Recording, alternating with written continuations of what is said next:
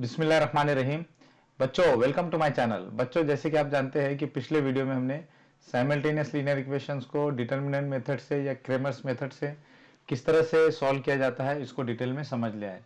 पिछले वीडियो में हमने डिटर्मिनेंट मेथड से साइमल्टेनियस लीनियर इक्वेशंस को सॉल्व करने का जो बेसिक है इसको डिटेल में समझ लिया है, और साथ ही साथ हमने पिछले वीडियो में प्रैक्टिस सेट 1.3 के दो क्वेश्चन नंबर 1 और क्वेश्चन नंबर 2 को भी सॉल्व कर लिया है।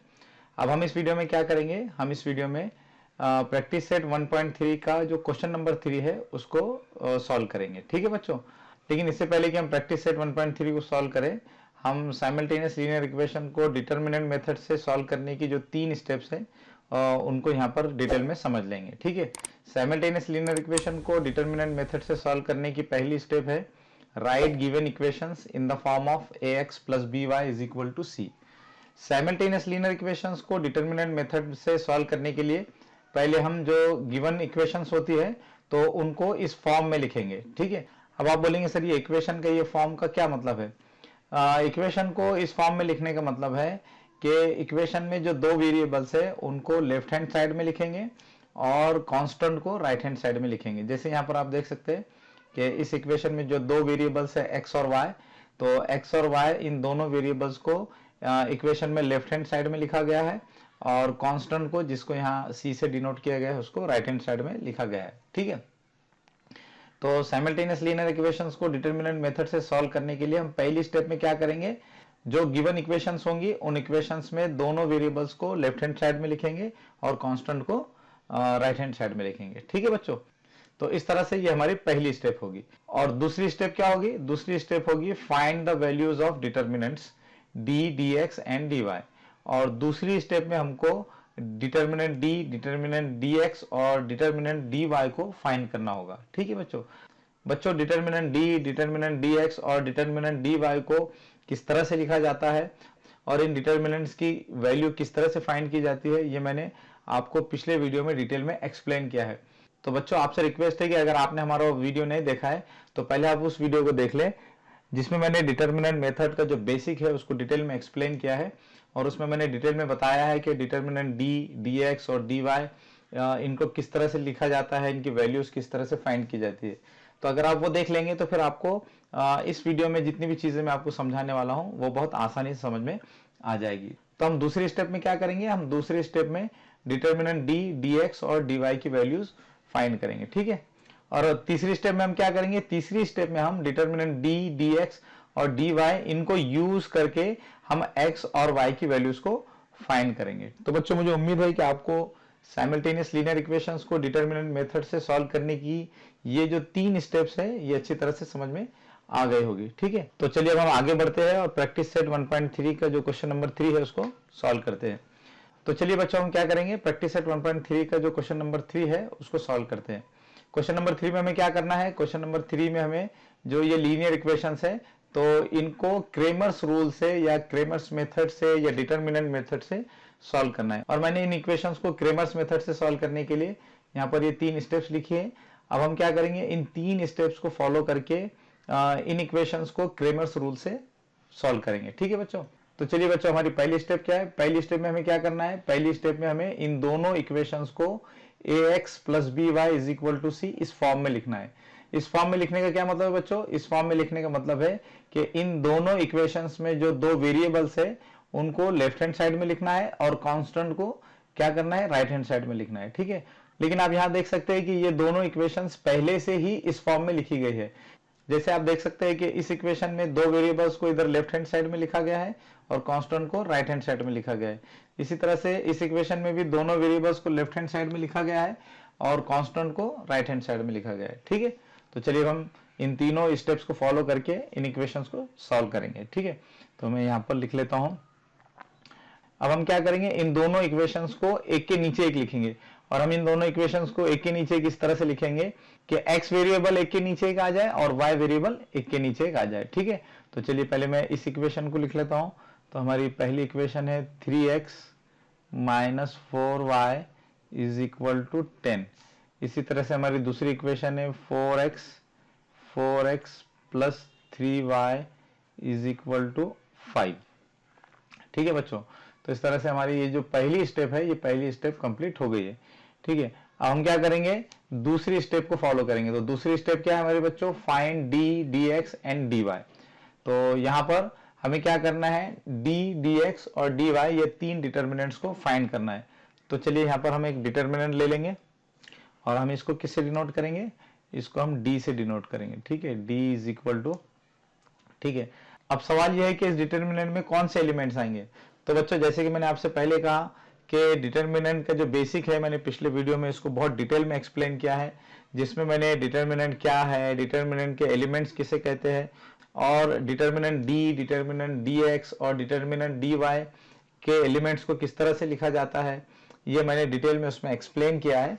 तो आपसे मेरी रिक्वेस्ट है कि पहले आप उस वीडियो को देख लें ताकि आपको ये तमाम चीज़ें आसानी से समझ में आ सके। ठीक है, तो हमें क्या करना है, इस डिटर्मिनेंट के एलिमेंट्स को यहाँ पर लिखना है। ठीक है, तो डिटर्मिनेंट डी के जो एलिमेंट्स होते हैं वो क्या होते हैं बच्चों, डिटर्मिनेंट डी के जो एलिमेंट्स होते हैं वो इन दोनों इक्वेशंस में जो वेरिएबल्स है उनके कोएफिशिएंट्स होते हैं। एक्स के जो कोएफिशिएंट्स होते हैं उनको डिटर्मिनेंट में एक्स के कॉलम में लिखा जाता है, और वाई के जो कोएफिशिएंट्स होते हैं उनको वाई कॉलम में इस तरह से यहाँ लिखा जाता है। ठीक है, तो हम पहले क्या करेंगे, यहाँ पर एक्स के जो कोएफिशिएंट्स है 3 और 4 उनको यहाँ लिख लेंगे। एक्स के कोएफिशिएंट्स को पहले कॉलम में लिखा जाता है, तो यहाँ पर ये 3 आएगा और यहाँ 4, और y के कोएफिशिएंट्स को दूसरे कॉलम में लिखा जाता है, तो यहाँ पर ये -4 और +3 है, तो ये -4 और ये +3। ठीक है, अब हम क्या करेंगे, इस डिटर्मिनेंट को सॉल्व करेंगे। ठीक है, तो डिटर्मिनेंट को सॉल्व करने के लिए हम क्या करते हैं, डिटर्मिनेंट को सॉल्व करने के लिए हम डिटर्मिनेंट के जो एलिमेंट्स होते हैं उनका क्रॉस मल्टीप्लिकेशन करते हैं और उनका डिफरेंस फाइंड करते हैं। ठीक है, तो यहाँ पर हम क्या करेंगे, पहले 3 को 3 से मल्टीप्लाई करेंगे, तो ये हो जाएगा 3 × 3, और फिर -4 को 4 से मल्टीप्लाई करेंगे, तो ये है -4 × 4। ठीक है, अब हम क्या करेंगे, इनका डिफरेंस ले लेंगे यानी सब्ट्रैक्शन करेंगे, तो ये हो जाएगा 3 3 × 9, ये माइनस का साइन वैसे ही रहेगा, -4 × 4 ये हो जाएगा -16, तो ये हो जाएगा 9, ये माइनस माइनस क्या हो जाएगा +16। इस तरह से 9 + 16 क्या होगा बच्चों, 25। तो इस तरह से डिटर्मिनेंट डी की वैल्यू क्या आ गई, 25। अब हमें क्या करना है, डिटर्मिनेंट डी एक्स को लिखना है, तो हम क्या करेंगे, यहाँ पर एक और डिटर्मिनेंट बना लेंगे और इसको हम कैसे डिनोट करेंगे, डी एक्स से। ठीक है, अब हमें क्या करना है बच्चों, डिटर्मिनेंट डी एक्स के जो एलिमेंट्स है यहाँ पर लिखना है। अब आप पूछेंगे सर कि डिटर्मिनेंट डी एक्स के जो एलिमेंट्स होंगे तो वो क्या होंगे। डिटर्मिनेंट डी के जो एलिमेंट्स थे वो तो इन दोनों इक्वेशंस में जो वेरिएबल एक्स और वाई है उनके कोएफिशिएंट्स को हमने यहाँ पर लिखा है, लेकिन अब सवाल ये है कि डिटर्मिनेंट डी एक्स के एलिमेंट्स क्या होंगे। ठीक है बच्चों, तो बच्चों जैसे कि आप जानते हैं कि मैंने पिछले वीडियो में डिटर्मिनेंट डी एक्स और डिटर्मिनेंट डी वाई के जो एलिमेंट्स होते हैं उनको किस तरह से लिखा जाता है, इसके लिए मैंने आपको एक ट्रिक बताया था। तो चलिए मैं यहाँ पर वो ट्रिक को लिख लेता हूँ। तो डिटर्मिनेंट डी एक्स के जो एलिमेंट्स होते हैं वो क्या होते हैं, ये लिखने के लिए मैंने आपको एक ट्रिक सिखाया था। तो उसके लिए मैंने आपको क्या बताया था, उसके लिए मैंने बताया था कि dx का जो मतलब होगा, dx का मतलब होगा डिलीट कोएफिशिएंट्स ऑफ x, यानी हमें क्या करना होगा, dx इस डिटर्मिनेंट के जो एलिमेंट्स होंगे तो इसके एलिमेंट में से हम क्या करेंगे, जो x के कॉलम में जो एलिमेंट्स होते हैं, x के कॉलम में जो एलिमेंट्स होते हैं जो हम x के कोएफिशिएंट्स को लिखते हैं, तो हम क्या करेंगे, dx इस डिटर्मिनेंट में, तो यहाँ पर जो x के कॉलम में जो हम x के कोएफिशिएंट्स लिखते हैं उनको डिलीट कर देंगे। तो जैसे कि बच्चों यहाँ पर आप देख सकते हैं कि dx का क्या मतलब लेंगे, हम dx का मतलब लेंगे डिलीट कोएफिशिएंट्स ऑफ x, यानी यहाँ पर आप देख सकते हैं कि dx में भी d है और डिलीट में भी d है। तो dx का क्या मतलब लेंगे हम, डिलीट कोएफिशिएंट्स ऑफ x। ठीक है बच्चों, तो dx के एलिमेंट्स लिखने के लिए हम क्या करेंगे, x कॉलम में जो एलिमेंट्स होंगे, x कॉलम के एलिमेंट्स कौन से होते हैं बच्चों, x कॉलम के जो एलिमेंट्स होते हैं वो x के कोएफिशिएंट्स होते हैं। तो हमें dx इस डिटर्मिनेंट में क्या करना होगा, x कॉलम में जो एलिमेंट्स है उनको डिलीट कर देना होगा, यानी उनको एलिमिनेट कर देना होगा। तो अब सवाल ये है कि फिर x के कॉलम में कौन से एलिमेंट्स आएंगे, तो x के कॉलम में ये कांस्टेंट्स आएंगे। ठीक है, तो हम क्या करेंगे, dx इस डिटर्मिनेंट में x के जो कोएफिशिएंट्स है उनको डिलीट कर देंगे और उनके जगह पर इन कांस्टेंट्स को लिख लेंगे। तो यहाँ पर ये 10 और 5 है, तो मैं यहाँ पर 10 और 5 को लिख लेता हूँ। अब y के कॉलम में कौन से एलिमेंट्स आएंगे, y के कॉलम में y के कोएफिशिएंट्स ही आएंगे। ठीक है, तो y के कोएफिशिएंट्स क्या है, -4 और +3, तो यहाँ पर हम लिखेंगे -4 और +3। तो इस तरह से इस ट्रिक का यूज करके हम डिटर्मिनेंट dx के एलिमेंट्स को लिखेंगे। ठीक है, अब हम क्या करेंगे, इस डिटर्मिनेंट को सॉल्व कर लेंगे। तो डिटर्मिनेंट को सॉल्व करने के लिए हम क्या करेंगे, क्रॉस मल्टीप्लाई करेंगे और उनका डिफरेंस लेंगे। तो यहाँ पर मैं ये 10 को 3 से मल्टीप्लाई करूंगा, तो ये हो जाएगा 10 × 3। इसी तरह से -4 को 5 से मल्टीप्लाई करेंगे, तो ये -4 × 5 और फिर इनका डिफरेंस ले लेंगे। ठीक है, तो 10 3 ज़ा 30 और ये माइनस का साइन वैसे रहेगा, -4 × 5 ये -20 हो जाएगा। फिर ये क्या हो जाएगा, 30 माइनस +20। इस तरह से 30 + 20 क्या होगा बच्चों, 50। तो इस तरह से dx इस डिटर्मिनेंट की वैल्यू क्या आ गई, 50। इसी तरह से अब हम क्या करेंगे, अब हम dy इस डिटर्मिनेंट की वैल्यू फाइंड करेंगे। तो पहले एक डिटर्मिनेंट बना लेते हैं और इसको dy से डिनोट करेंगे। ठीक है, dy। अब हम डिटर्मिनेंट dy के एलिमेंट्स किस तरह से लिखेंगे, तो dy के एलिमेंट्स लिखने के लिए मैंने यहाँ पर एक ट्रिक लिखी है। तो dy के एलिमेंट्स लिखने के लिए हम क्या करेंगे, dy का क्या मीनिंग लेंगे, dy का मीनिंग लेंगे डिलीट कोएफिशिएंट्स ऑफ y। तो dy इस डिटर्मिनेंट के एलिमेंट्स लिखने के लिए हम क्या करेंगे, y कॉलम में जो y के कोएफिशिएंट्स हम लिखते हैं, तो y कॉलम में से y के कोएफिशिएंट्स को हम डिलीट कर देंगे। ठीक है, तो y का कॉलम ये दूसरा होता है बच्चों। तो हम यहाँ पर dy इस डिटर्मिनेंट में y के कॉलम में से y के कोएफिशिएंट्स को डिलीट कर देंगे। ठीक है, तो अब सवाल ये है कि जब हम y के कोएफिशिएंट्स को डिलीट करेंगे तो यहाँ पर क्या लिखेंगे बच्चों, तो यहाँ पर भी हम क्या करेंगे, इन कांस्टेंट्स को लिख लेंगे। ठीक है, तो यहाँ पर y के कॉलम में जो y के कोएफिशिएंट्स लिखे जाते थे, अब हम उनकी जगह पर क्या करेंगे, ये कांस्टेंट्स को लिख लेंगे। तो यहाँ पर 10 आ जाएगा और यहाँ 5। ठीक है, और x के कॉलम में कौन से एलिमेंट्स आएंगे बच्चों, तो x के कॉलम में x के कोएफिशिएंट्स ही आएंगे। ठीक है, तो यहाँ पर x के कोएफिशिएंट्स क्या है, 3 और 4। तो हम यहाँ पर ये 3 लिखेंगे और ये यहाँ पर 4।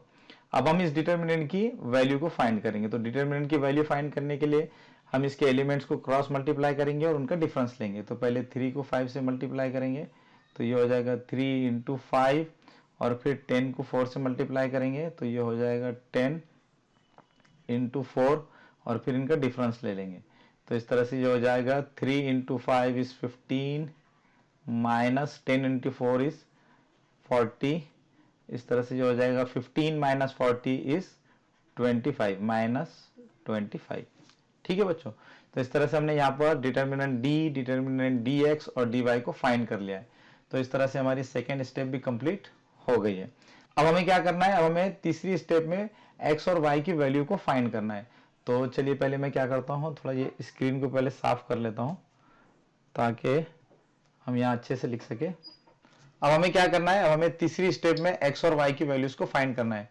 तो मैं यहाँ पर लिखूंगा by Cramer's rule, by Cramer's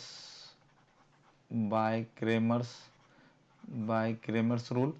Cramer ये कहते हैं कि अगर आपको x की वैल्यू फाइंड करना है तो आपको इस तरह से लिखना होगा x = dx/d, और अगर आपको y की वैल्यू फाइंड करना है तो आपको किस तरह से लिखना होगा, y = dy/d।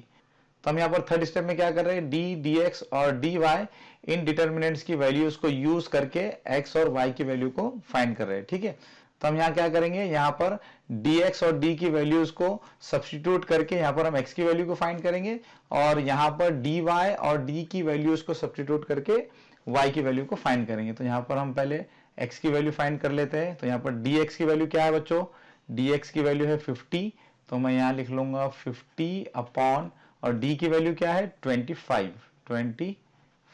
ठीक है, तो 50/25 क्या होगा बच्चों, तो ये होगा 25 × 25, 25 × 50। तो इस तरह से x की वैल्यू क्या होगी 2/1, 2/1 यानी 2 ओनली। ठीक है बच्चों, तो इस तरह से x की वैल्यू क्या आ गई हमारी 2।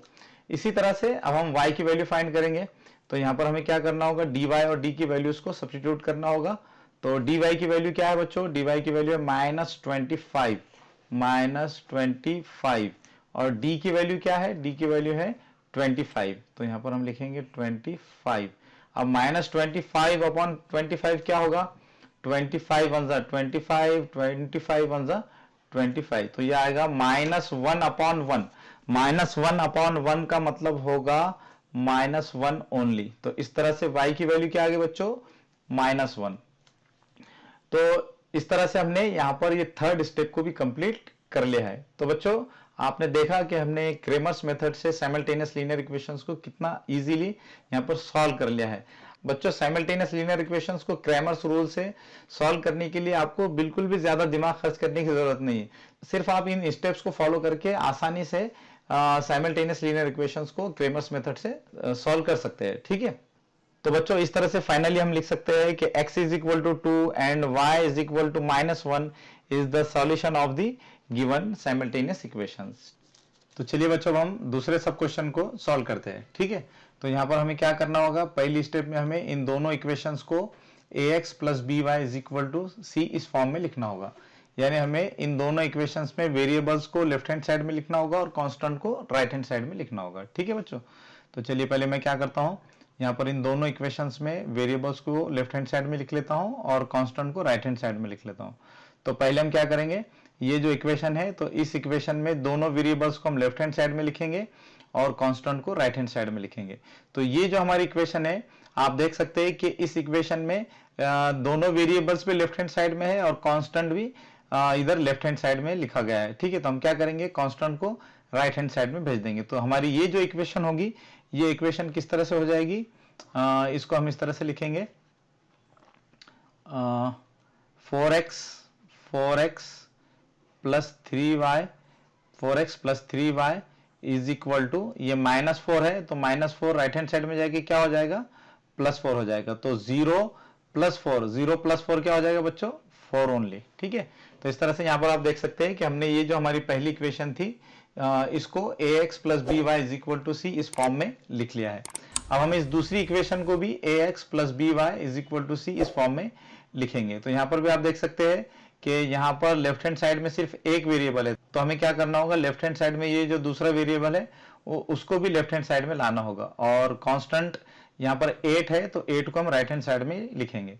तो ये इक्वेशन क्या बन जाएगी, ये इक्वेशन बन जाएगी 6x और ये -5 है तो इधर लेफ्ट हैंड साइड में आके क्या बन जाएगा, ये हो जाएगा +5y इज इक्वल टू 8। 8 जो तो राइट हैंड साइड में है तो हम इसको राइट हैंड साइड में लिखेंगे। तो इस तरह से हमने इन दोनों इक्वेशंस को ax plus by is equal to c इस फॉर्म में लिख लिया है। ठीक है बच्चों, तो इस तरह से हमारी ये पहली स्टेप कंप्लीट हो गई। अब हमारी दूसरी स्टेप क्या है, दूसरी स्टेप है find d dx and dy। हमें ये डिटर्मिनेंट्स को फाइंड करना है। तो पहले हम डिटर्मिनेंट d को फाइंड करेंगे।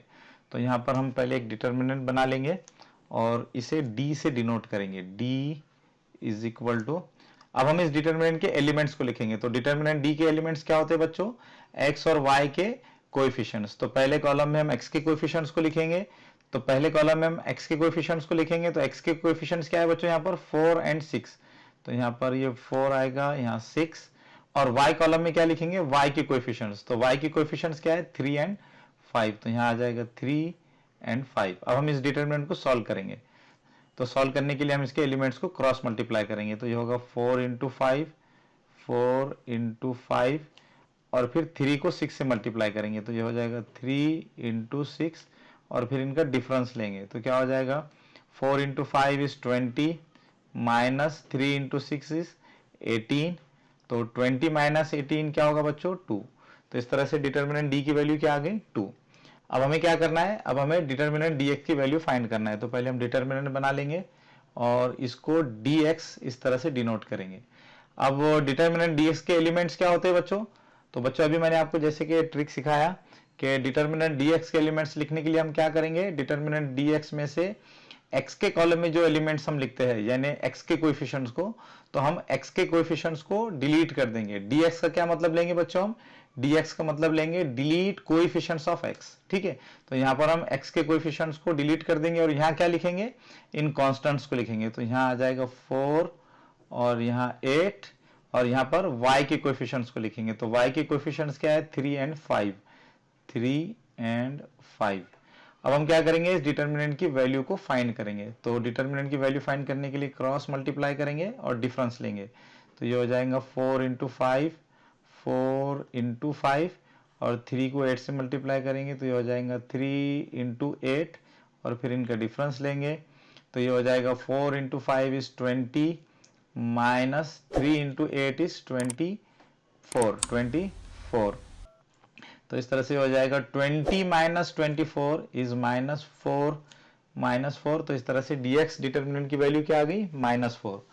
अब हम डिटर्मिनेंट dy की वैल्यू को फाइंड करेंगे तो पहले एक डिटर्मिनेंट बना लेते हैं और इसको dy से डिनोट करते हैं, ठीक है।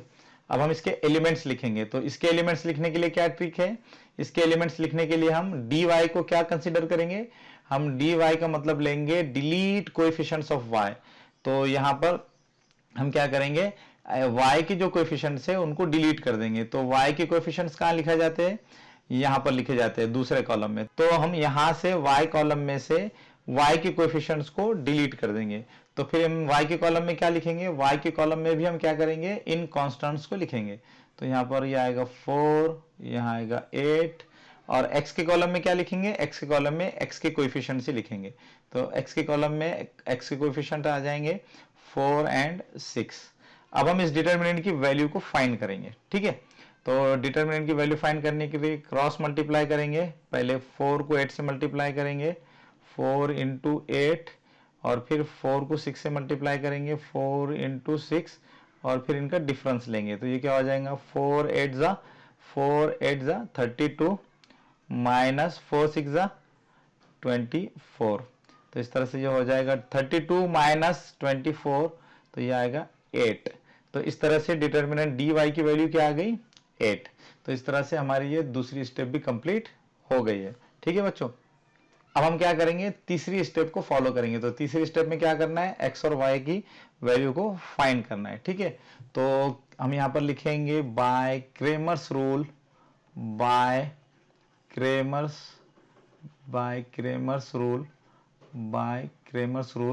तो क्रेमर क्या कहते हैं, x की वैल्यू फाइंड करने के लिए हमें क्या करना होगा, x की वैल्यू फाइंड करने के लिए हम लिखेंगे x is equal to dx upon d और y की वैल्यू फाइंड करने के लिए क्या लिखेंगे dy अपॉन d।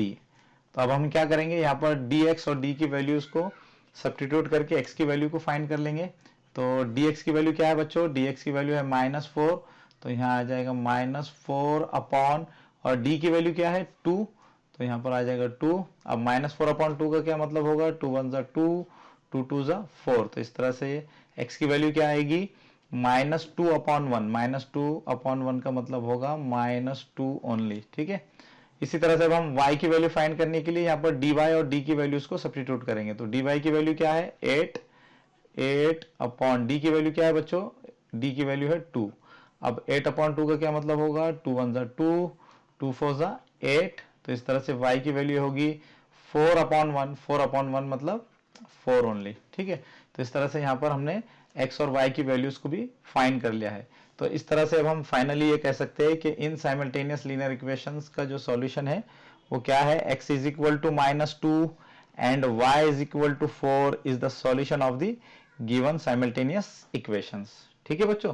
तो बच्चों इस तरह से आप ब्लाइंडली यहाँ पर ये 3 स्टेप्स को फॉलो करके क्रेमर्स रूल से आप ये तो साइमल्टेनियस लीनियर इक्वेशंस का सॉल्यूशन फाइंड कर सकते हैं। बच्चों यहाँ पर आप देख रहे हैं कि यहाँ पर क्रेमर्स रूल से साइमल्टेनियस लीनियर इक्वेशंस को सॉल्व करने के लिए आपको ज्यादा दिमाग लगाने की जरूरत नहीं पड़ रही।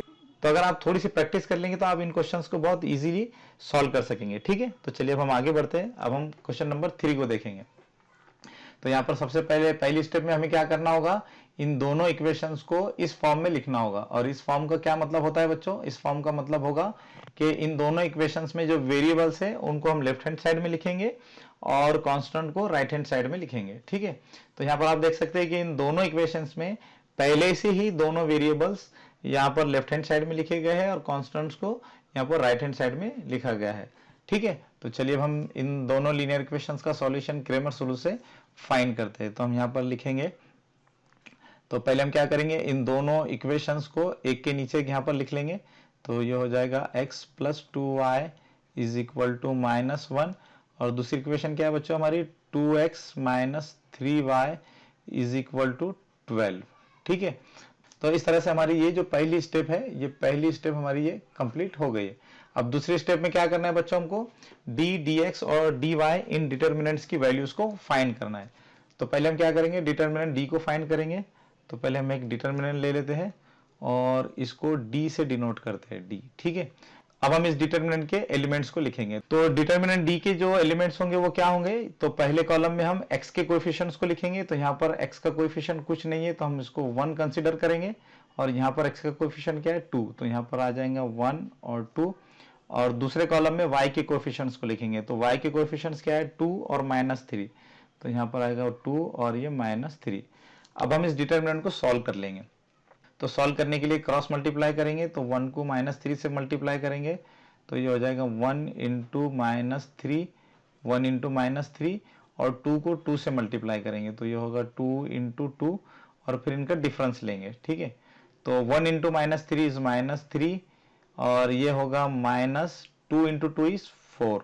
तो इस तरह से -3 और -4 क्या होगा बच्चों, -7।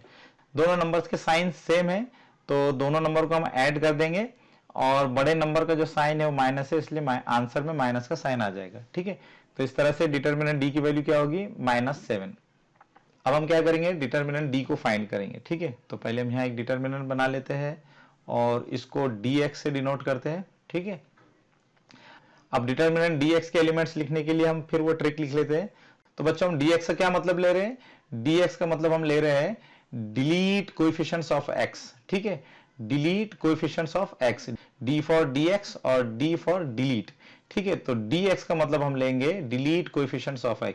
तो यहाँ पर हमको क्या करना है, x के कॉलम में जो हम x के कोएफिशिएंट्स को लिखते हैं तो उनको यहाँ से डिलीट कर देंगे, और यहाँ पर इन कांस्टेंट्स को लिख लेंगे, ठीक है। तो x के कोएफिशिएंट्स की जगह पर क्या आ जाएंगे, ये कांस्टेंट्स आ जाएंगे, ठीक है। तो यहाँ पर ये आ जाएगा -1 और ये 12, और y के कॉलम में क्या आएंगे, y के कॉलम में y के कोएफिशिएंट्स ही आएंगे, ठीक है।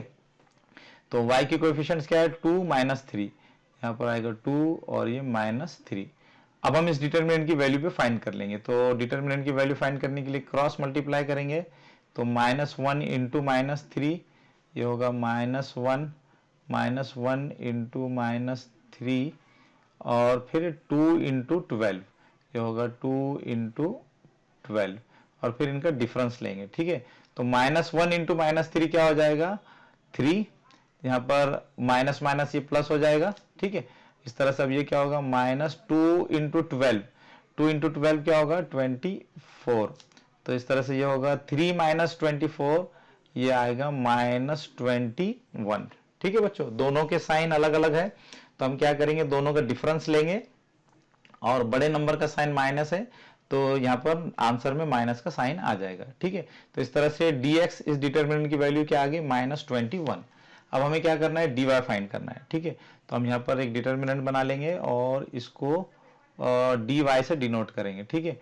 अब हम इसके एलिमेंट्स लिखेंगे। तो इसके एलिमेंट्स लिखने के लिए हमने क्या ट्रिक यूज की है बच्चों, dy का मतलब हम क्या ले रहे हैं, dy का मतलब हम ले रहे हैं डिलीट कोएफिशिएंट्स ऑफ y, ठीक है। यहाँ पर y है तो हम क्या कर रहे हैं, यहाँ पर d का मतलब डिलीट ले रहे हैं और y का मतलब कोएफिशिएंट्स ऑफ y ले रहे हैं, ठीक है। तो dy का क्या मतलब होगा, डिलीट कोएफिशिएंट्स ऑफ y। और y की कोएफिशिएंट्स कहाँ लिखे जाते हैं बच्चों, डिटरमिनेंट में दूसरे कॉलम में।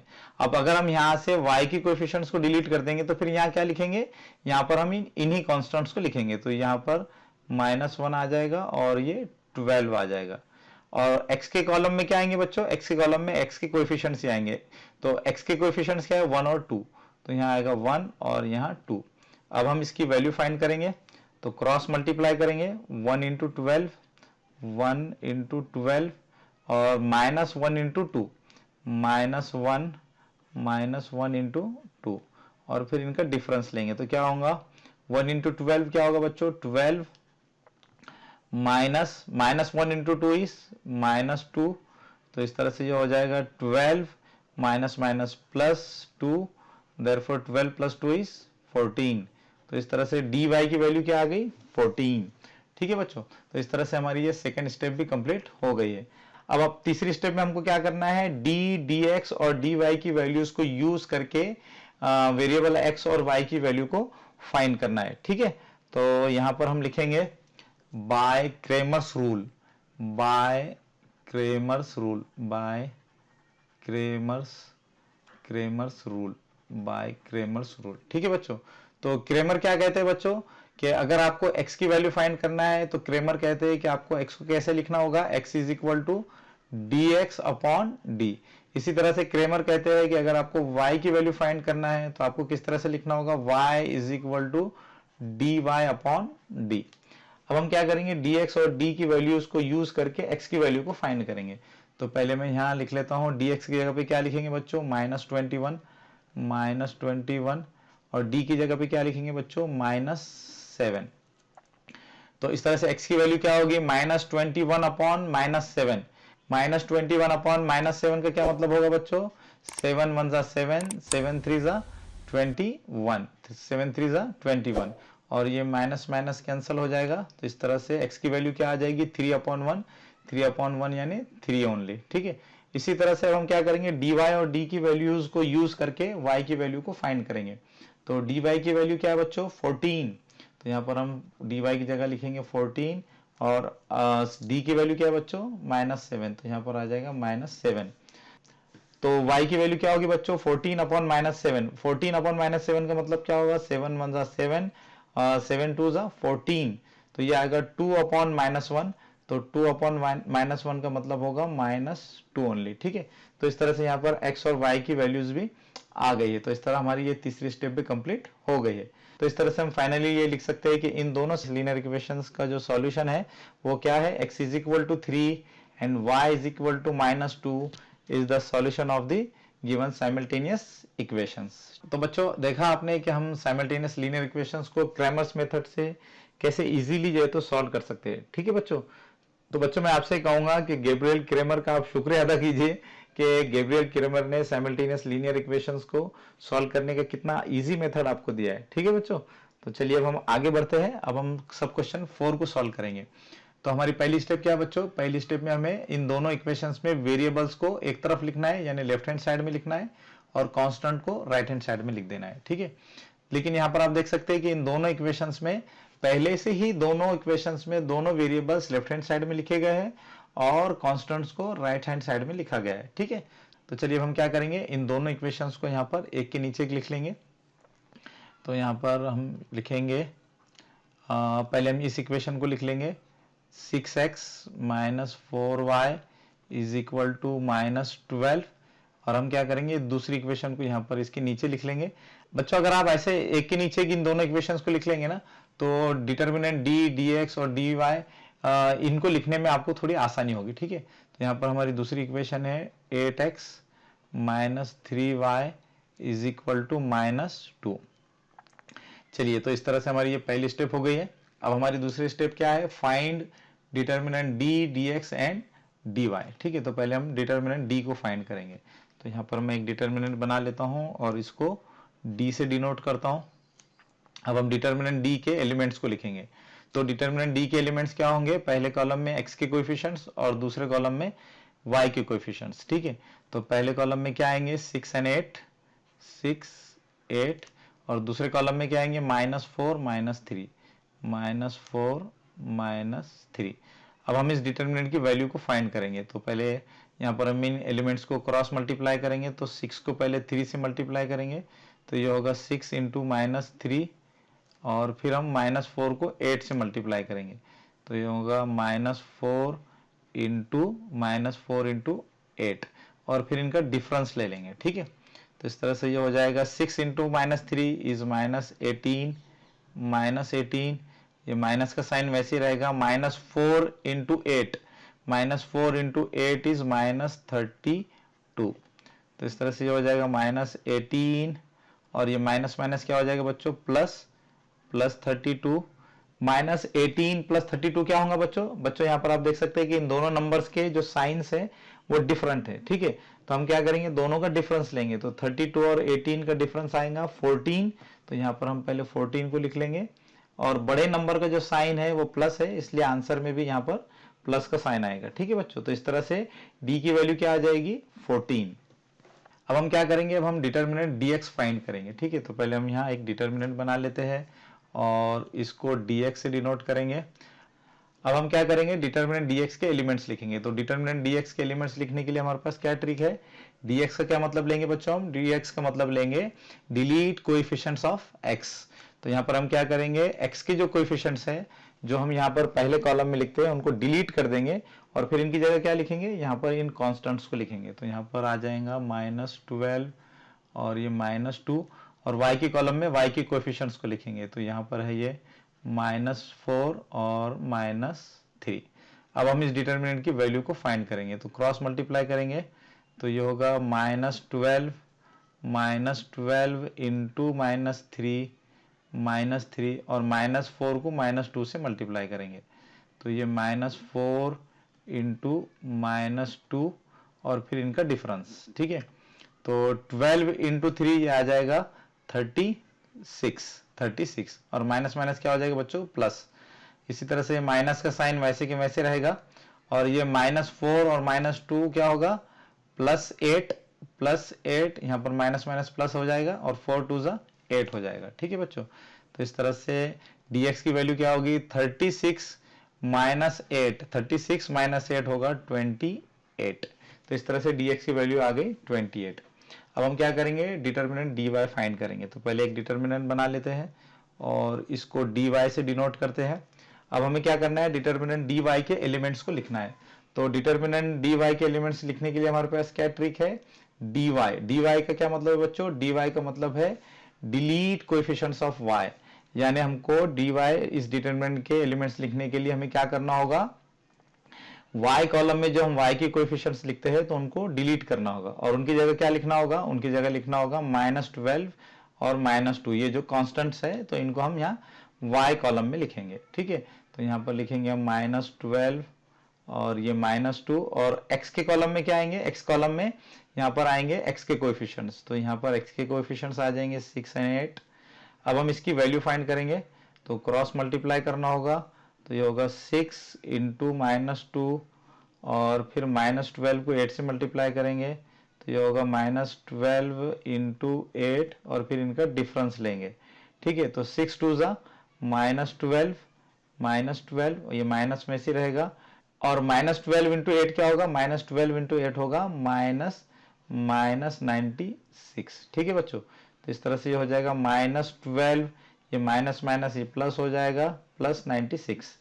अब -12 + 96 क्या होगा बच्चों, दोनों नंबर्स के साइंस अलग अलग है तो दोनों का डिफरेंस लेंगे। तो 96 और 12 का डिफरेंस क्या आएगा बच्चों, 96 और 12 का डिफरेंस आएगा 84। तो यहाँ पर हम 84 लिख लेंगे, 84 और यहाँ पर बड़े नंबर का साइन प्लस है तो आंसर में भी क्या आ जाएगा, प्लस आ जाएगा, ठीक है बच्चों। तो इस तरह से हमने ये दूसरी स्टेप को भी कंप्लीट कर लिया है। अब हमारी तीसरी स्टेप क्या है, तीसरी स्टेप में हमको x और y की वैल्यूज को फाइंड करना है। तो हम यहाँ पर लिखेंगे by Cramer's rule, by Cramer's rule. Cramer क्या कहते हैं बच्चों, कि अगर आपको x की वैल्यू फाइंड करना है तो ऐसे लिखना होगा x = dx/d और y की वैल्यू फाइंड करने के लिए क्या लिखना होगा, y = dy/d, ठीक है। तो अब हम क्या करेंगे, यहाँ पर dx और d की वैल्यूज को यूज करके x की वैल्यू को फाइंड करेंगे। तो dx की वैल्यू क्या है बच्चों, यहाँ पर dx की वैल्यू है 28। तो हम यहाँ लिखेंगे 28/d की वैल्यू क्या है बच्चों, 14। तो इस तरह से x की वैल्यू क्या होगी, 28/14। 28/14 का क्या मतलब है बच्चों, 14 1 जा 14, 14 2 जा 28। तो इस तरह से x की वैल्यू होगी 2/1 यानी 2, ठीक है। अब हम क्या करेंगे, y की वैल्यू फाइंड करने के लिए dy और d की वैल्यूज को यूज करेंगे। तो dy की वैल्यू क्या है बच्चों, 84। तो हम यहाँ लिखेंगे 84 और d की वैल्यू क्या है बच्चों, 14। तो इस तरह से यहाँ आ जाएगा 14 और 84/14 का क्या मतलब है बच्चों, 14 1 जा 14 और 14 6 जा 84, 14 6 जा 84। तो इस तरह से y की वैल्यू क्या होगी, y की वैल्यू होगी 6/1 यानी 6 ओनली, ठीक है। तो इस तरह से फाइनली हम यहाँ लिख सकते हैं कि x = 2 and y = 6 is the solution of the given simultaneous equations. तो बच्चों मुझे उम्मीद है कि आपको साइमल्टेनियस लीनियर इक्वेशंस को क्रेमर्स मेथड से किस तरह से सॉल्व तो बच्चों मुझे उम्मीद है कि साइमल्टेनियस लीनियर इक्वेशंस को क्रेमर्स मेथड से सॉल्व करने का जो तरीका है आप इसको बहुत इंजॉय कर रहे होंगे। ठीक है बच्चों, तो चलिए आगे बढ़ते हैं। तो चलिए बच्चों हम प्रैक्टिस सेट 1.3 के क्वेश्चन नंबर 3 का जो 5वां सब क्वेश्चन है उसको सॉल्व कर लेते हैं। ठीक है, तो चलिए बच्चों हम क्या करेंगे, प्रैक्टिस सेट 1.3 के क्वेश्चन नंबर 3 का जो 5वां सब क्वेश्चन है उसको सॉल्व करेंगे। बच्चों यहाँ पर आप देख सकते हैं कि इन दोनों इक्वेशंस में जो दो वेरिएबल्स है वो m और n नजर आ रहे हैं। अभी तक हमने जो 4 सब क्वेश्चंस को सॉल्व किया था तो उनमें वेरिएबल्स x और y थे, लेकिन यहाँ पर आपको बिल्कुल भी परेशान होने की जरूरत नहीं है कि यहाँ पर सिर्फ x और y की जगह पर m और n आ गए हैं। तो अभी तक जिस तरह से हमने 3 स्टेप्स में इन क्वेश्चंस को सॉल्व किया था, तो अभी भी हम इन 3 स्टेप्स में ही इन क्वेश्चंस को सॉल्व करेंगे और सिर्फ हम क्या करेंगे, वेरिएबल x की जगह पर m को लिखेंगे और वेरिएबल y की जगह पर n को लिख देंगे। ठीक है, तो यहाँ पर आपको बिल्कुल भी परेशान होने की जरूरत नहीं है। ठीक है, तो चलिए पहली स्टेप में क्या करना है हमको, पहली स्टेप में हमको इन दोनों इक्वेशंस को am plus bn is equal to C इस फॉर्म में लिखना है। यानी इन दोनों इक्वेशंस में दोनों वेरिएबल्स को लेफ्ट हैंड साइड में लिखना है और कांस्टेंट को राइट हैंड साइड में लिखना है। ठीक है, तो लेकिन यहाँ पर आप देख सकते हैं कि इन दोनों इक्वेशंस में दोनों भी वेरिएबल्स को लेफ्ट हैंड साइड में लिखा गया है और कांस्टेंट को राइट हैंड साइड में लिखा गया है। तो चलिए अब हम क्या करेंगे, सबसे पहले इन दोनों इक्वेशंस को यहाँ पर एक के नीचे एक लिख लेंगे। तो ये होगा यहाँ पर हम पहली इक्वेशन को लिखेंगे 4m plus 6n is equal to 54 और दूसरी इक्वेशन क्या है बच्चों 3m plus 2n is equal to 28। ठीक है बच्चों, तो इस तरह से हमारी ये पहली स्टेप कंप्लीट हो गई। अब दूसरी स्टेप में हमको क्या करना है, डिटर्मिनेंट dx के जगह हमको डिटर्मिनेंट dm फाइंड करना है और dy की जगह पर dn को फाइंड करना है। ठीक है, तो पहले हम डिटर्मिनेंट d को फाइंड कर लेते हैं। तो पहले यहाँ पर मैं एक डिटर्मिनेंट बना लेता हूँ और इसको d से एक्सप्रेस करता हूँ। ठीक है, अब डिटर्मिनेंट d में कौन से एलिमेंट्स आएंगे बच्चों, जैसे अभी तक हम डिटर्मिनेंट d में x के कोएफिशिएंट्स को पहले कॉलम में लिख रहे थे, तो हम क्या करेंगे यहाँ पर x के कॉलम में यहाँ पर m के कोएफिशिएंट्स को लिखेंगे क्योंकि x की जगह पे क्या है बच्चों m आ गया है। ठीक है, तो हम पहले कॉलम में x के कोएफिशिएंट्स को यानी यहाँ पर m के कोएफिशिएंट्स को लिखेंगे। तो यहाँ पर ये आ जाएगा 4 और 3 और दूसरे कॉलम में हम क्या लिख रहे थे बच्चों y के कोएफिशिएंट्स, तो यहाँ पर y की जगह पर क्या आ गया बच्चों n, तो यहाँ पर हम y के कोएफिशिएंट्स की जगह पर यहाँ पर n के कोएफिशिएंट्स को लिखेंगे। तो ये आ जाएगा 6 और 2। अब हम इस डिटर्मिनेंट की वैल्यू को फाइंड करेंगे, तो यहाँ पर हमें क्रॉस मल्टीप्लिकेशन करना होगा। पहले हम 4 को 2 से मल्टीप्लाई करेंगे तो ये हो जाएगा 4 इंटू 2 और फिर 6 को 3 से मल्टीप्लाई करना होगा तो ये होगा 6 इंटू 3 और फिर इनका डिफरेंस लेना होगा। तो 4 2 ज़ा 8 माइनस 6 3 ज़ा 18, तो इस तरह से ये हो जाएगा 8 माइनस 18 इज माइनस 10। तो इस तरह से डिटर्मिनेंट डी की वैल्यू आ गई है। अब हमें क्या करना है, डिटर्मिनेंट डी एम की वैल्यू को फाइंड करना है। ठीक है, तो यहाँ पर हम एक डिटर्मिनेंट बना लेंगे और इसको डी एम से डिनोट करेंगे। ठीक है, डिटर्मिनेंट डी एम में कौन से वैल्यूज आएंगे बच्चों, डिटर्मिनेंट डी में वैल्यूज लिखने के लिए हम यहाँ पर ये ट्रिक देख लेंगे।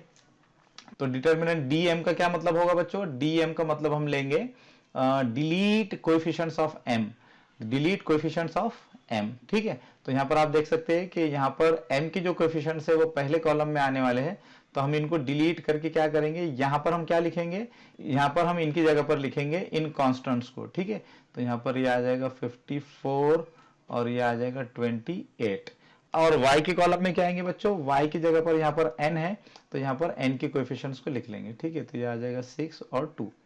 अब हमें इसकी वैल्यू फाइंड करना है तो क्रॉस मल्टीप्लिकेशन करना होगा 54 इंटू 2, तो यहाँ पर ये आएगा 54 इंटू 2 और 6 इंटू 28, 6 इंटू 28 क्या होगा 6 इंटू 28 और फिर इनका डिफरेंस लेना होगा। तो ये होगा 54 इंटू 2 इज 108 और ये माइनस का साइन वैसे ही रहेगा। अब ये 6 इंटू 28 क्या होगा बच्चों, ये होगा 168। तो इस तरह से ये आ जाएगा 108 माइनस 168, ये हो जाएगा माइनस 60। ठीक है बच्चों, माइनस 60। यहाँ पर इन दोनों नंबर्स के साइंस डिफरेंट है तो हम इन दोनों नंबर्स का डिफरेंस लेंगे तो 168 और 108 का जो डिफरेंस आएगा 60 आएगा और बड़ा नंबर 168 है, इसका साइन माइनस है तो आंसर में भी माइनस का साइन आ जाएगा। ठीक है, तो इस तरह से dm की वैल्यू यहाँ पर आ गई है। अब हम dn की वैल्यू को फाइंड करेंगे। तो पहले हम ये डिटर्मिनेंट बना लेते हैं और उसको dn से डिनोट करते हैं, ठीक है। और डिटर्मिनेंट dn में कौन से वैल्यूज आएंगे बच्चों? तो यहाँ पर डिटर्मिनेंट dn की वैल्यूज लिखने के लिए हम यहाँ पर ये ट्रिक यूज करेंगे। dn का क्या मतलब लेंगे बच्चों? यहाँ पर dn का मतलब हम लेंगे डिलीट कोएफिशिएंट्स ऑफ n, यानी यहाँ पर हमको क्या करना होगा, यहाँ पर हमें n की जो कोएफिशिएंट्स है तो उनको डिलीट कर देना होगा। और n के कोएफिशिएंट्स ये कहाँ लिखे जाते हैं बच्चों? यहाँ पर दूसरे कॉलम में। तो यहाँ से n के कोएफिशिएंट्स को यहाँ डिलीट कर देंगे और इनकी जगह क्या लिखेंगे? इन कांस्टेंट्स को। तो यहाँ पर ये आ जाएगा 54, 54 और 28। और यहाँ पर m के कॉलम में क्या आएंगे? m के कोएफिशिएंट्स। तो m के कोएफिशिएंट्स क्या है? 4 और 3। अब हम इस डिटरमिनेंट की वैल्यू को फाइंड कर लेंगे, ठीक है। तो यहाँ पर हम क्रॉस मल्टीप्लाई करेंगे तो ये होगा 4 इंटू 28 और 54 इंटू 3, 54 इंटू 3, और फिर इनका डिफरेंस लेंगे तो ये क्या हो जाएगा? 28 इंटू 4 क्या होगा बच्चों? 112 माइनस 54 इंटू 3 क्या होगा बच्चों? 54 इंटू 3 होगा 162। तो इस तरह से 112 माइनस 162 होगा -50। तो इस तरह से डिटर्मिनेंट dn की वैल्यू भी आ गई है। तो इस तरह से हमने स्टेप नंबर 2 को भी कंप्लीट कर लिया है। अब हमारी तीसरी स्टेप क्या है बच्चों? Find m and n। यहाँ पर हमें अब तीसरी स्टेप में वेरिएबल m और n की वैल्यूज को फाइंड करना है। तो हम क्या करेंगे, यहाँ पर लिखेंगे, तो हम यहाँ पर लिखेंगे बाय क्रेमर्स रूल कहिए या क्रेमर्स मेथड कहिए, एक ही बात है बच्चों, ठीक है। तो क्रेमर क्या कहते हैं बच्चों कि अगर आपको m की वैल्यू फाइंड करना है तो आपको इस तरह से लिखना होगा m is equal to dm upon d, और n की वैल्यू फाइंड करने के लिए क्या लिखना होगा? dn अपॉन d, ठीक है। तो अब हम क्या करेंगे, यहाँ पर m की वैल्यू फाइंड करने के लिए dm और d की वैल्यूज को यूज करेंगे। तो dm की वैल्यू क्या है बच्चों? -60। तो हम यहाँ लिखेंगे -60 अपॉन -10। तो -60 अपॉन 10 क्या होगा? यहाँ पर ये minus minus will get cancelled, 10 1 ज़ा 10, 10 6 ज़ा 60। तो इस तरह से m की वैल्यू क्या आएगी? 6 अपॉन 1 यानी 6। और इसी तरह से n की वैल्यू क्या होगी बच्चों? n की वैल्यू मालूम करने के लिए हम क्या करेंगे? dn और d की वैल्यूज को यूज करेंगे। तो dn की वैल्यू क्या है? -50 अपॉन d की वैल्यू क्या है? -10। तो इस तरह से n की वैल्यू क्या होगी? -50 अपॉन -10। -50 अपॉन -10 क्या होगा? Minus minus will get cancel, 50 upon 10 क्या होगा? 10 1 ज़ा 10, 10 5 ज़ा 50। तो इस तरह से n की वैल्यू होगी 5 अपॉन 1 यानी 5, ठीक है। तो इस तरह से फाइनली हम यहाँ पर लिखेंगे m is equal to 6 and n is equal to 5 is the solution of the given simultaneous equations, ठीक है बच्चों। तो इस तरह से बच्चों हमने यहाँ पर प्रैक्टिस सेट 1.3 के क्वेश्चन नंबर 3 के 5 सब क्वेश्चंस को सॉल्व कर लिया है। तो चलिए अभी आप बिल्कुल भी हिम्मत मत हारिए, अब हमारा एक लास्ट क्वेश्चन रह गया, अब हम इस लास्ट क्वेश्चन को भी सॉल्व कर लेते हैं। तो चलिए बच्चों हम इस वीडियो के आखिरी प्रॉब्लम को सॉल्व कर लेते हैं। यहाँ पर आप बच्चों देख सकते हैं कि इस इक्वेशन में हमको थोड़ा प्रॉब्लम नजर आ रहा है। यहाँ पर इस इक्वेशन में हमको डिनोमिनेटर में 2 नजर आ रहे हैं। तो बच्चों पहले हम क्या करेंगे, इस प्रॉब्लम को सॉल्व करने के लिए हम इस इक्वेशन में जो डिनोमिनेटर में 2 है उसको रिमूव कर देंगे। बच्चों आप चाहे तो इस इक्वेशन में डिनोमिनेटर में 2 रखकर भी इस प्रॉब्लम को सॉल्व कर सकते हैं, लेकिन अगर आप डिनोमिनेटर में 2 रखकर इस प्रॉब्लम को सॉल्व करेंगे तो थोड़ी सी आपको मुश्किल पेश आएगी, ठीक है। तो पहले हम क्या करेंगे, इस इक्वेशन को थोड़ा सिंप्लीफाई कर लेंगे और फिर इस प्रॉब्लम को क्रेमर्स रूल से सॉल्व करेंगे, ठीक है। तो पहले मैं क्या करता हूँ, इस इक्वेशन को थोड़ा सिंप्लीफाई कर लेता हूँ। तो मैं यहाँ पर ये लिखूंगा, यहाँ पर हमें क्या करना है, इस इक्वेशन को सिंप्लीफाई करना है। तो हमको क्या करना होगा, इस इक्वेशन में जो डिनोमिनेटर में 2 है इसको रिमूव करना होगा। इस इक्वेशन में से डिनोमिनेटर में से 2 को रिमूव करने के लिए हमको इस इक्वेशन को 2 से मल्टीप्लाई करना होगा, ठीक है बच्चों। तो पहले मैं क्या करता हूँ, इस इक्वेशन को लिख लेता हूँ x minus Y upon 2 is equal to 1 upon 2। मुझे क्या करना है, इस इक्वेशन में डिनोमिनेटर में से 2 को रिमूव करना है। तो मैं इस इक्वेशन को 2 से मल्टीप्लाई कर दूंगा, ठीक है। तो मैं यहाँ लिखूंगा मल्टीप्लाई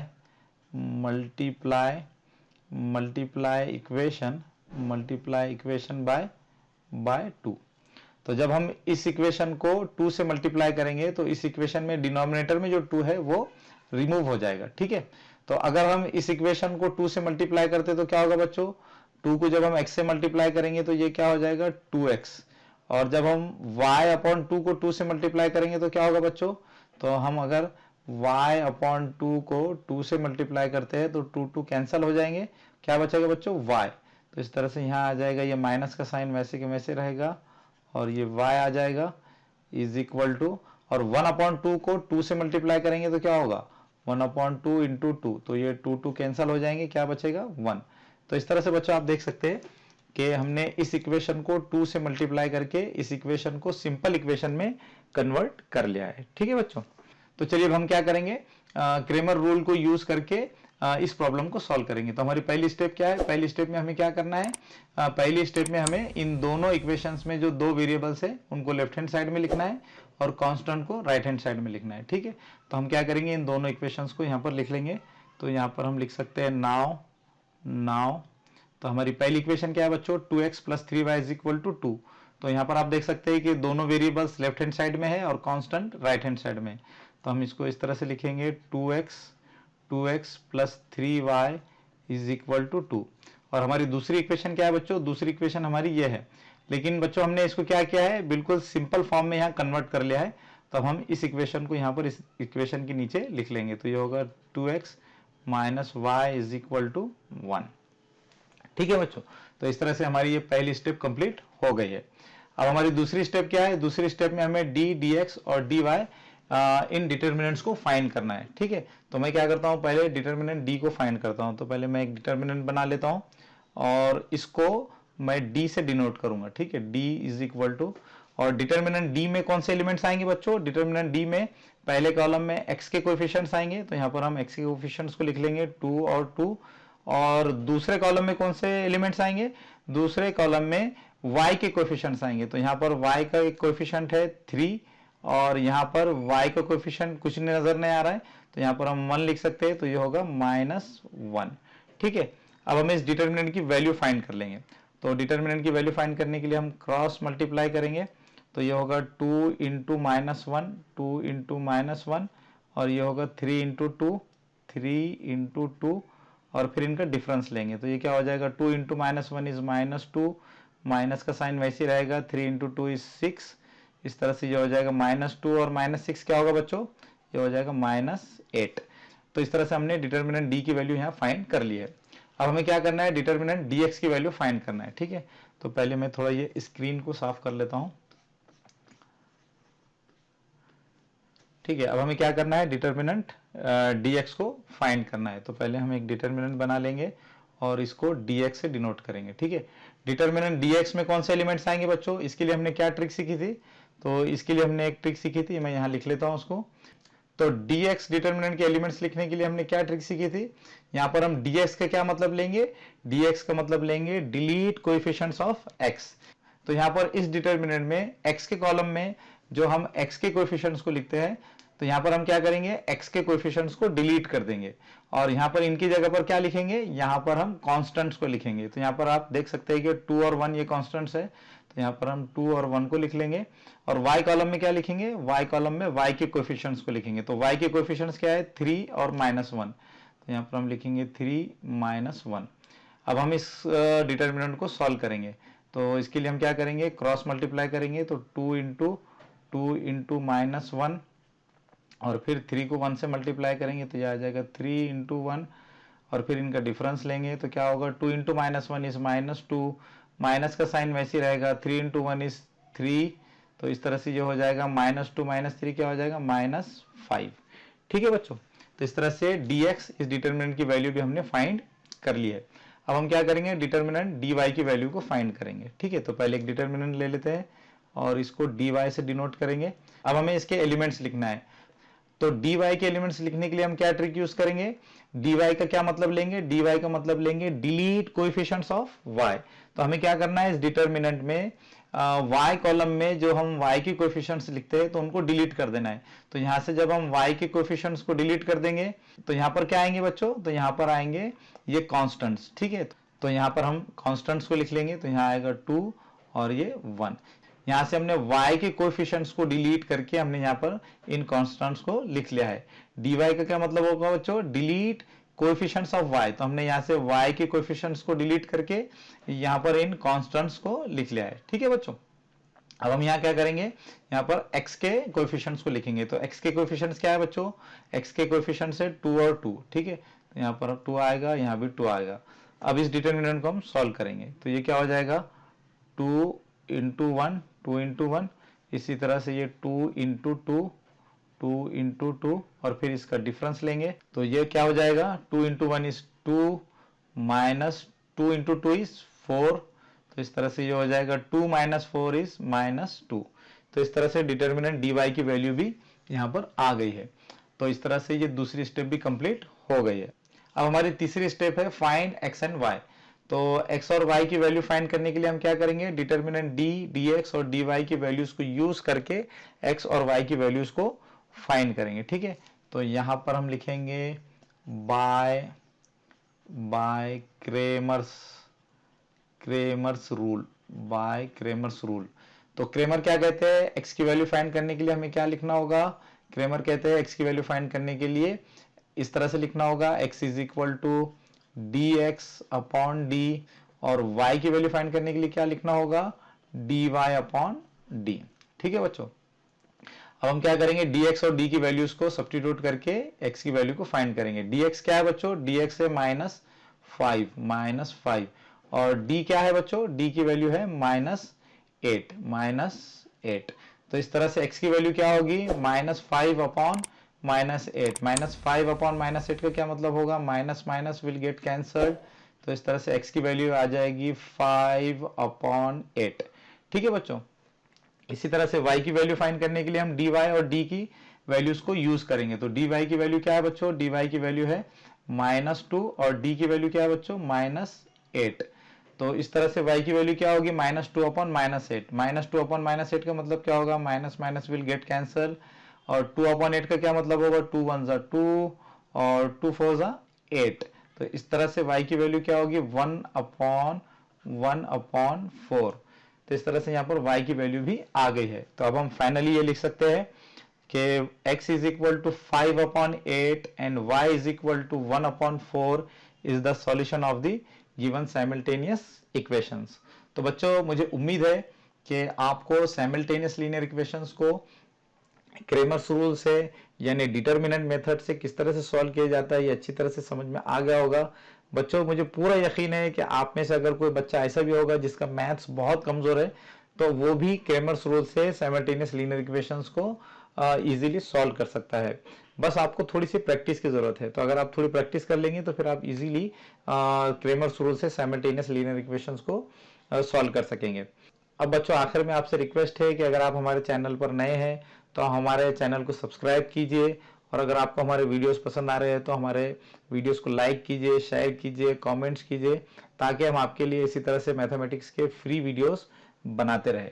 तो चलिए बच्चों, हम अगले वीडियो में मिलते हैं।